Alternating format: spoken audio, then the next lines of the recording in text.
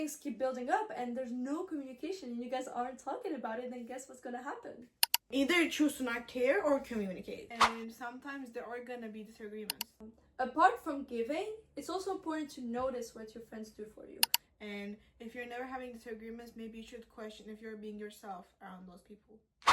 Hi, this is Sarah. This is Minem. And welcome to the Unfiltered and Outspoken podcast. In this episode, we're actually going to be talking about why you shouldn't take your friends for granted. In this episode, we're going to be talking about the dynamics of a friendship.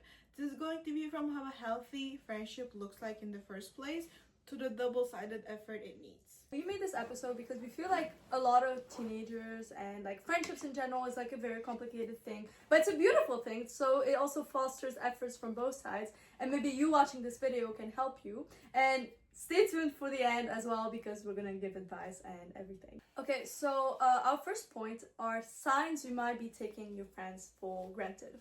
Because I think one thing is that we usually don't really realize what we're doing to like in the moment itself, because we're just really emotional creatures, okay? We're like very social emotional creatures.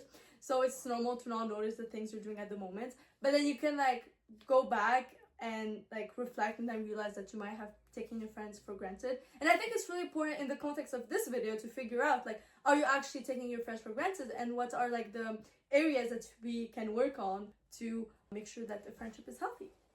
Especially as teenagers, I feel like this mostly goes for teenagers, and I feel like that's why also adult relationships, like adult friendships, are a lot more healthier. Because, for example, when I look at the drama that, for example, sometimes people that I'm friends with have compared to, for example, my mom's friends, it is completely different. My mom's friends, I've never seen them have an argument, for example, because they're all kind of already learned how to balance between their lives to also spend time on their relationships and their friendships, you know. But for teenagers, we have a lot of stress in our hands.